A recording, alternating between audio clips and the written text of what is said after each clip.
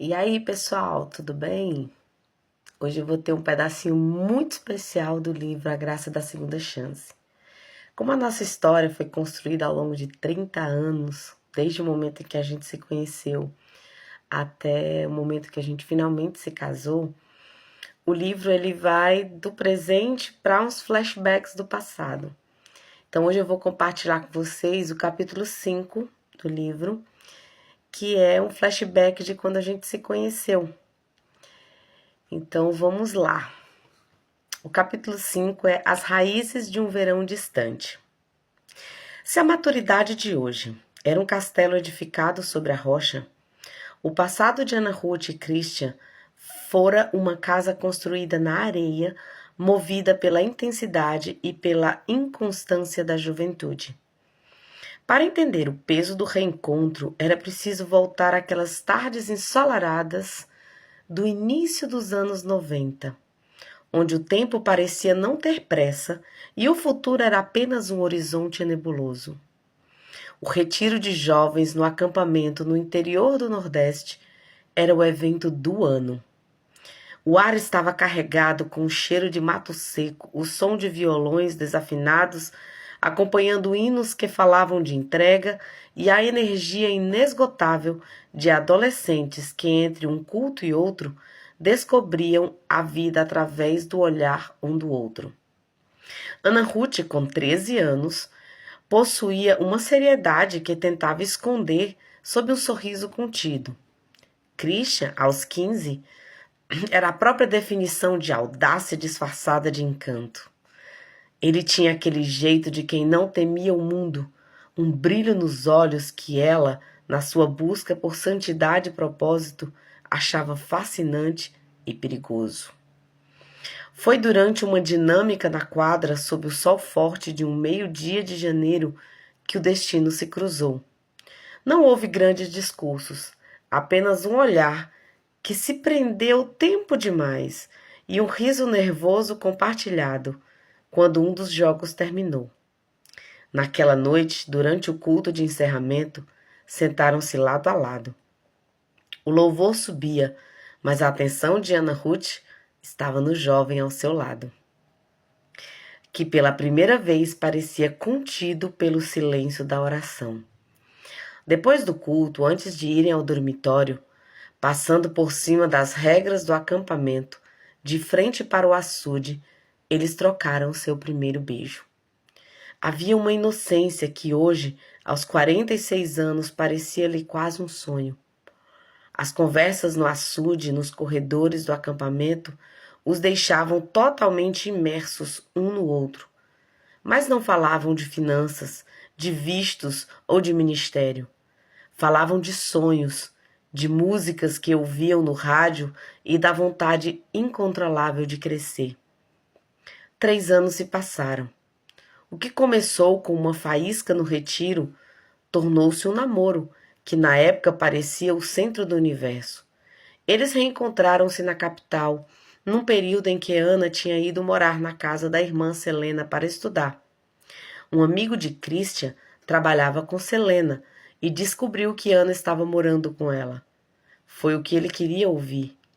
Marcou de buscar Ana na porta da escola e acompanhá-la até em casa e falar com a dona Raquel, a mãe da Ana, pedindo permissão para namorá-la.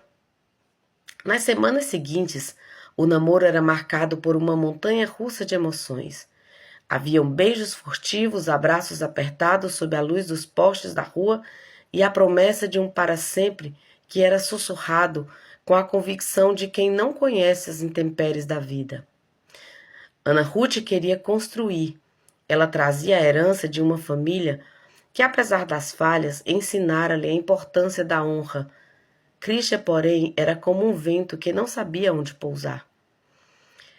Havia uma beleza naqueles dias, mas havia também um abismo de imaturidade.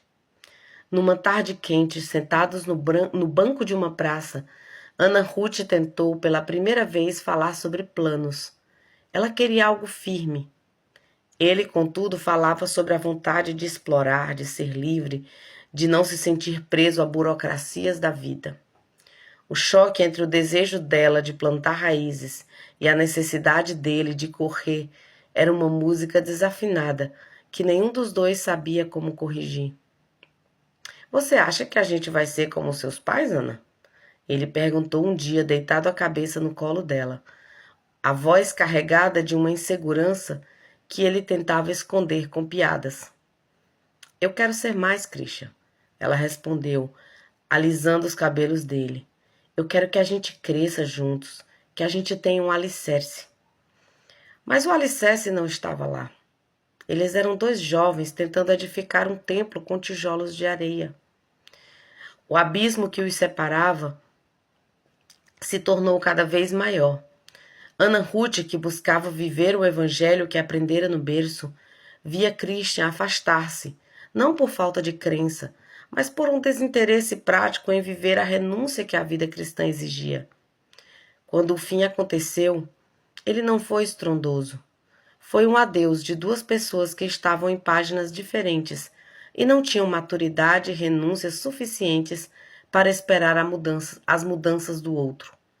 Então, o silêncio, a partida dele, a confusão dela, o divórcio que viria anos depois para Ana Ruth, os relacionamentos de Christian que não tinham sustentação, as voltas que a vida deu. Tudo aquilo começou ali, naquelas despedidas mal resolvidas dos anos 90. Ana Ruth agora, décadas depois, ao relembrar aquelas cenas, entendia o que antes a machucava. Deus não permitiu que aquele namoro durasse, não porque não houvesse amor, mas porque aquele amor ainda não tinha sido temperado pelo fogo.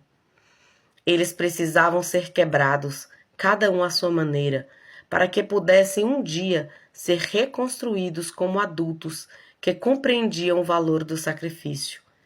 E ainda havia uma compreensão mais profunda dos projetos de Deus. Os filhos que estavam nos planos de Deus e só poderiam existir com a união de cada um deles com outras pessoas. Na memória, ela via a jovem de 16 anos que chorou quando ele foi embora, triste por perceber que ele não tinha o compromisso com Deus que ela vira em seu pai, o pastor Nicholas, e que o guiava a ser um sacerdote não só para a igreja, mas principalmente em seu lar. Ela queria abraçá-la e dizer: não chore, você não está perdendo o amor da sua vida. Você está apenas perdendo a ilusão de que pode controlar o seu próprio destino. Deus está a guardar o melhor para o tempo certo. Você quer ver o restante dessa história? Tá muito boa, né? Tem muito mais pela frente. Tem todo um tempo construído. E você pode ir aqui na descrição do vídeo, ou no primeiro comentário, ou na bio do perfil, dependendo de onde você está assistindo o vídeo. E lá vai ter um link que vai te levar para você comprar ou o e-book ou o livro impresso. E não importa em que país você esteja, você consegue adquirir esse livro. E espero que possa te edificar. E já se inscreve no canal, curte, comenta, compartilha, dá uma ajudinha, né?